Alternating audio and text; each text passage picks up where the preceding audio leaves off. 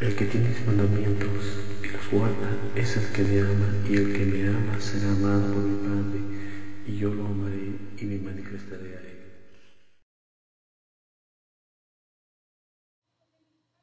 Leemos en 2 de Pedro, capítulo 1, versículos 3 y 4. Todas las cosas que pertenecen a la vida y a la piedad nos han sido dadas por su divino poder, mediante el conocimiento de aquel que nos llamó por su gloria y excelencia. Por medio de estas cosas nos han dado preciosas y grandísimas promesas, para que por ellas lleguéis a ser participantes de la naturaleza divina, habiendo huido de la corrupción que hay en el mundo a causa de las pasiones. Estos versículos son muy reveladores. Dice todas las cosas que pertenecen a la vida y a la piedad. Por un lado, todo lo que pertenece a la vida quiere decir todo lo que necesitamos para confrontar la vida aquí en la tierra. Relaciones familiares con los padres, con la esposa, con los hijos, los hermanos, los pastores, el trabajo, el estudio, la educación, todo lo que tiene que ver con la vida que nos tiene ocupado todo el tiempo y cómo enfrentar cada una de esas situaciones. Cuando uno viene a Jesús, Jesús le da al creyente la habilidad, la gracia, el poder, la forma, la capacidad de cómo enfrentar esta vida y esas dificultades con poder, con éxito. Todas las cosas que pertenecen a la vida nos han sido dadas y tenemos que buscar en su palabra, creerlas y hacerlas por obra, la forma de cómo Dios quiere que vivamos. Es decir, al venir a Jesús, no solamente pasamos de muerte a vida, sino que el conocimiento de Jesús toca todos los niveles de la existencia. En Jesús encontramos una salvación total, completa. Y por otro lado, todo lo que pertenece a la piedad, se entiende esto a la vida espiritual, porque no solamente el creyente debe pagar sus cuentas, criar a sus hijos, llevarse bien con su esposo, con su esposa, estudiar, trabajar, también manda a Dios que asista a la iglesia, le requiere que ayude a los pobres, que testifique, que se dedique a la obra misionera, que sea un digno seguidor de Jesucristo. Por lo tanto, hay para los creyentes una tremenda responsabilidad espiritual, y no solamente de lo que tiene que ver con la iglesia, sino nuestra relación con Dios, la oración, la meditación y sobre todo la obediencia. Cuando conocimos a Cristo, se nos dio a nosotros la capacidad para vivir la vida espiritual, y al ser participantes de la naturaleza divina, debemos crecer para lograr la excelencia por la que fuimos llamados a una manera divina de vivir. ¿Cómo puedo hacer funcionar estos recursos? ¿Cómo puedo llevarlo a la práctica hoy en día? Dice el versículo 4, por medio de las cuales nos han sido dadas preciosas y grandísimas promesas, para que por ellas llegasen a ser participantes de la naturaleza divina. En otras palabras, para que puedan llegar a ser como Cristo. Él es el blanco. Acercarnos, ser más como Cristo, que nos dio sus preciosas y grandísimas promesas, promesas que funcionan creyéndolas, teniendo la fe de Jesucristo. Las promesas de Dios son como cheques que las hacemos efectivas mediante la fe, y en esas promesas está todo lo que tú y yo necesitamos para ser como Jesús. Dice Colosenses capítulo 2, versículo 9 al 10, porque en Él, el Señor Jesús, habita corporalmente toda la plenitud de la divinidad, y vosotros estáis completos en Él, que es la cabeza de todo principado y potestad. Cristo Jesús en nosotros no es un vaso de agua para calmar la sed por un momento. Él no es tampoco un balde de agua para calmar la sed por todo un día. Él tampoco es un lago de agua para calmar la sed por unos meses, ni siquiera es un océano de agua. Jesús es la fuente, la fábrica del agua. El que tiene a Cristo tiene la fábrica. Cristo dijo él mismo en Juan capítulo 7, versículo 38, el que cree en mí, ríos de agua de vida fluirán de su interior. En otras palabras, la fuente. ¿Qué es el origen de los ríos? El origen de los ríos son fuentes, vertientes que vienen de la tierra. Y dice, aquí adentro yo soy la fuente, yo soy el origen, y fluirán los ríos que nacen de mí, y yo adentro de ustedes. Cristo en vosotros es la esperanza de los cielos, es la esperanza de la gloria. Entonces Cristo es todo. Hay algunas personas que son más centradas en la reunión de los cultos que en Cristo. Dicen, vengo a la reunión para cargarme. No, tú vienes a la reunión para traer carga, para traer poder, porque Cristo no está aquí colgando del cielo raso irradiando algo. Cristo está adentro tuyo, tú lo traes. Él no habita en templos hechos de manos de hombre, nosotros lo traemos. Y si Cristo va a irradiar algo, lo va a irradiar de ti y de mí, porque Él está adentro de nosotros. De manera que decir que desde que entré aquí sentí la presencia de Dios. ¿Y dónde estaba la presencia antes que entras aquí? Si tú la trajiste a la presencia. Y para que quede claro, ponga atención en esto. Dios está en todos lados por su omnipresencia, pero no es lo mismo que la presencia de Él esté contigo a que Él vaya contigo. Por eso mismo Moisés dijo, Señor, si tu presencia no va conmigo, no nos saques de aquí. Fue cuando Dios le comisionó para sacar a Israel de Egipto. Y Dios le dijo, mi presencia irá contigo, que no es lo mismo que yo iré contigo. Hoy día los cristianos debemos estar conscientes de esta verdad tan importante a fin de que cultivemos la presencia de Dios en nosotros. Escudriñar la Biblia, la oración, congregarse en la casa de oración, dar testimonio de Cristo a otros, el vivir en integridad y santidad en Dios son maneras como esa presencia se hace real en nosotros. Entonces, esto es parte de creer las promesas, de que todos los recursos para vivir una vida cristiana cumplida, completa, madura, total, todos los recursos para eso ya están en ti, es Cristo. Deben recordar lo que pasó en Hechos capítulo 3, versículo 4. Pedro con Juan, fijando en él los ojos, le dijo al cojo de nacimiento que pedía limosna, míranos. Entonces él los miró atento, esperando recibir de ellos algo, pero Pedro dijo, no tengo plata ni oro, pero lo que tengo te doy. En el nombre de Jesús de Nazaret, levántate y anda. Ellos comprendían que todo estaba aquí, estaba dentro, porque el que tiene a Cristo tiene la fuente, el origen. Estamos completos. Por eso que dice el Señor Jesús, los que son guiados por el Espíritu, los tales son hijos de Dios. Entonces nosotros debemos abrir la llave para que fluya el potencial que está en nosotros, de hacer fluir, de soltar, de liberar, de producir, como en 1 Timoteo capítulo 4, versículo 14. No descuidéis el don que está en ti, decía Pablo a Timoteo, porque él sabía lo que tenía. Así, el que tiene a Cristo tiene un Cristo total. Las nuevas experiencias más bien son cosas que descubrimos, que tenemos y que aprendemos a liberar.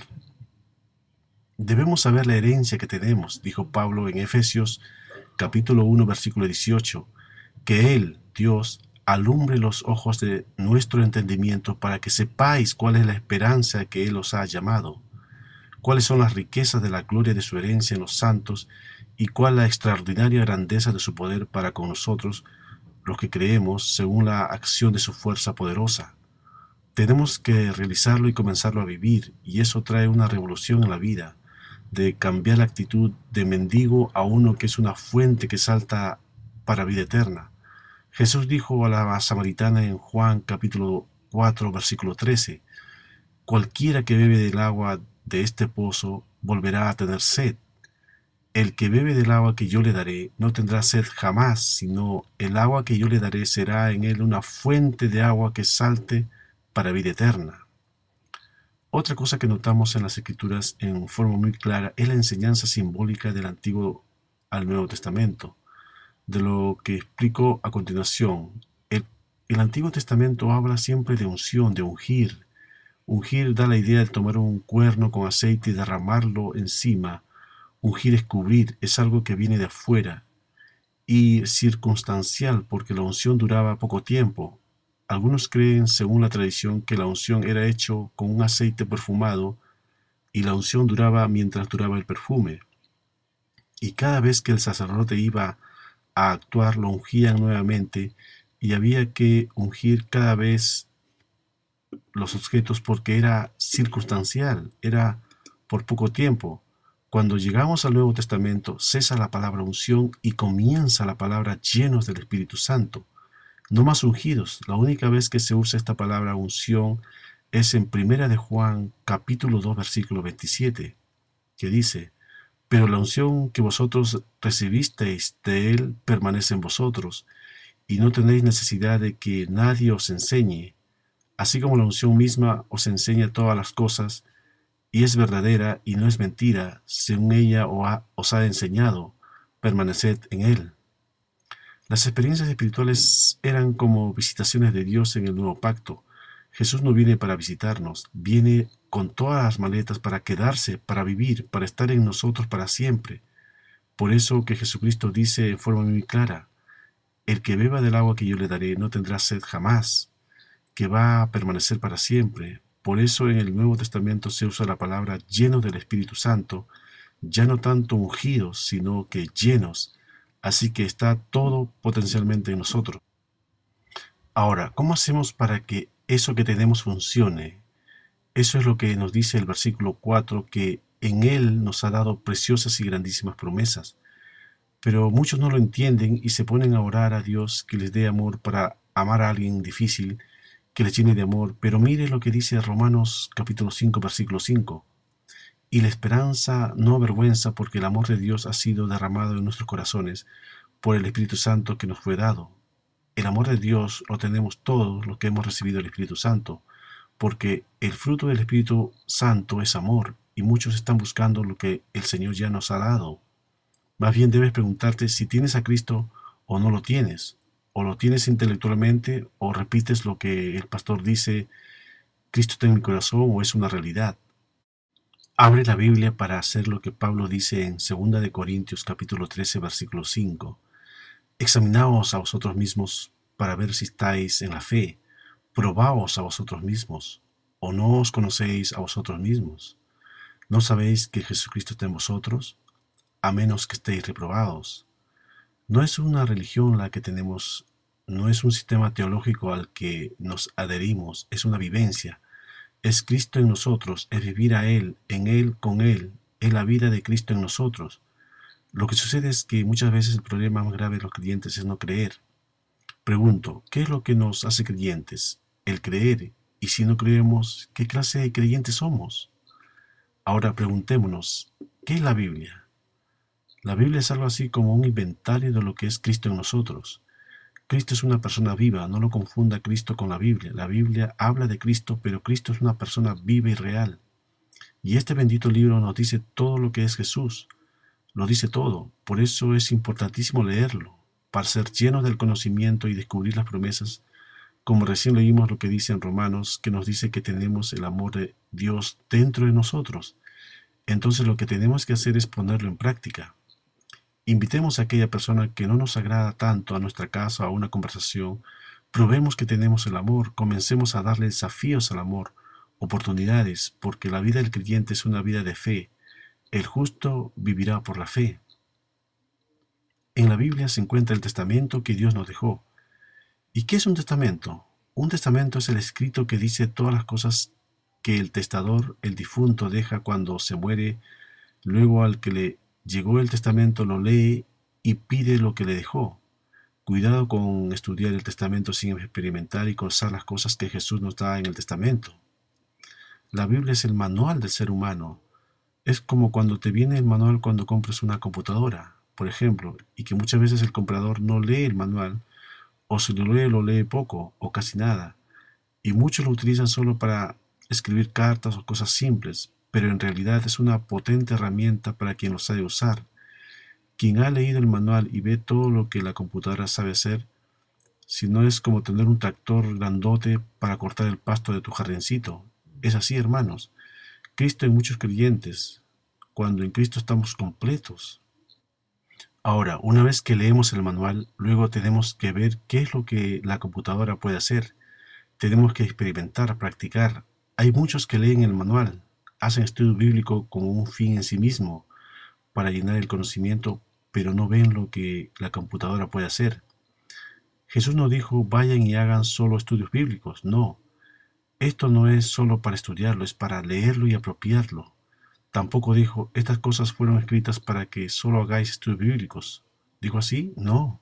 Él dijo, estas cosas fueron escritas para que creáis que Jesús es el Cristo. En Juan capítulo 20, versículo 31. El estudio bíblico debe ser más bien descubrir en las Escrituras lo que hay para nosotros, leer en el manual lo que podemos hacer con esta computadora, con este poder que es el Espíritu Santo. Muchos conocen este versículo en el libro de los Salmos 119, versículo 105. Lámpara es a mis pies tu palabra y lumbrera mi camino. Uno no camina sobre la lámpara, camina sobre el camino. ¿Y quién es el camino? Cristo. La persona de Jesucristo es el camino, y este libro, empleado en su perspectiva correcta, nos da luz. La lámpara que alumbra el camino alumbra a Cristo, nos hace ver a Cristo. Por eso debemos entenderlo, saber qué es, no ser como los liberales que le quitan la autoridad, se ponen la lámpara a la espalda, entonces no ven el camino. Y los fundamentalistas se ponen la lámpara arriba en los ojos y tampoco ven el camino. Entonces lo correcto es saber usarlo. Este libro brilla más en su lugar correcto. Ahora, otra cosa que debemos entender y que no es un capricho de Dios cuando dice en Hebreos capítulo 11 versículo 6, sin fe es imposible agradar a Dios. Se debe a que nosotros los seres humanos tenemos 5 sentidos: el sentido de la vista, el gusto, el olfato, el oído y el tacto. Una persona que ni ve, ni oye, ni tiene gusto, ni tiene olfato, es como un muerto. Entonces, el problema es que Dios es espíritu y el espíritu es incoloro, inodoro, no tiene gusto, no se puede tocar, no se ve, no se siente. ¿Y qué problema comunicarse entonces para nosotros que estamos acostumbrados a depender de los sentidos, con uno que no se puede ni tocarlo ni verlo? Como dicen algunos, si lo veo no lo creo. Entonces no vas a creerlo porque no vas a verlo. Porque la única forma que yo puedo comunicarme con Dios es creyendo en Él. Por eso Pablo dice en Efesios capítulo 3 versículo 17, que habite Cristo por la fe en vuestros corazones. ¿Y qué es fe? Fe es una certeza de lo que se espera y la convicción de lo que no se ve. Así que yo tengo una certeza, una convicción firme. Yo no veo nada, no siento nada, pero tengo una certeza. Yo sé en quién he creído. No dice yo siento y aquí es la barrera para la fe. En el Nuevo Testamento la palabra sentir no existe. Cuando se usa es en el sentido de sensualismo. No dice la Biblia, siente al Señor Jesucristo y serás salvo tú y tu casa. No dice, dice en Hechos 16, versículo 31, cree en el Señor Jesucristo y serás salvo tú y tu casa. No dice tampoco, el que siente al Hijo tiene la vida eterna. No, dice en Juan capítulo 3, versículo 36, el que cree en el Hijo tiene vida eterna. No dice justificados pues por sentirlo, no. Dice en Romanos 5, versículo 1, justificados pues por la fe, por la convicción. Yo sé que Dios existe, yo sé que Dios está. ¿Cómo lo sabes? No sé, no sé cómo lo sé, pero yo sé que está. Y si yo sé que está, quiere decir que alguien me lo reveló. ¿Y quién me lo reveló? El Espíritu Santo. Le dijo a mi espíritu que Dios está. Y si yo sé que está, ¿y de dónde lo sacaste? No sé, pero lo sé. El Espíritu testifica a nuestro espíritu que somos hijos. Por eso generalmente los hermanos que se guían por lo que sienten son más inestables. En cambio, los hermanos que se guían por lo que saben son más estables. Saben en quién están creyendo. Entonces, ese es un obstáculo para la fe, el querer sentir. Lo real en la fe no es lo que sentimos, es lo que sabemos. Dios nos habla haciéndonos saber, dándonos una convicción. Cuando uno quiere hacer la voluntad de Dios, sabe. Es que, hermano, quiero que me dé un consejo. Sentimos que tenemos que hacernos un aborto. ¿Sientes? Sí. Pero ¿qué te dice la conciencia? ¿Cuál es tu convicción? Que no debo. Entonces usted no necesita ningún consejo porque ya tiene la respuesta. Generalmente cuando alguien quiere saber qué hacer, no debe sentir lo que debe hacer, debe saber qué es lo que me dice la Biblia. La voz de Dios es lo que sabes, no lo que sientes. Finalmente, ¿cómo puedo liberar esto que tengo adentro? Escucha esto. Dios no te va a pedir algo que no puedas dar, porque si te pide algo que no puedas hacer es como si estuvieras otra vez bajo la ley, porque la ley pide y no da. No estamos bajo la ley, sino bajo la gracia. ¿Y qué quiere decir estoy bajo la gracia, no bajo la ley? La ley te requería que hagas esto y que no hagas aquello. La gracia primero te da la capacidad para hacerlo y después que te dio la capacidad para hacerlo, te dice, haga esto. Con la gracia tienes un poder dentro de ti que te va a ayudar siempre. Con voluntad y siendo obediente a la palabra saldrás victorioso porque el resto lo hace Cristo. Porque como dice la palabra, todo lo puedo en Cristo que me fortalece. Tú pones un poco de fuerza de voluntad, lo demás lo hace la gracia de Dios. Tú decides obedecer a Dios, tú decides vencer la tentación, tú decides que vas a evangelizar, tú decides en el nombre de Jesús y lo empiezas y después dices, qué fácil que había sido esto. Y claro que es fácil que es que en Cristo que me da las fuerzas. Todo esto te lo decimos en el nombre poderoso, sagrado y redentor de nuestro Señor Jesucristo. Amén.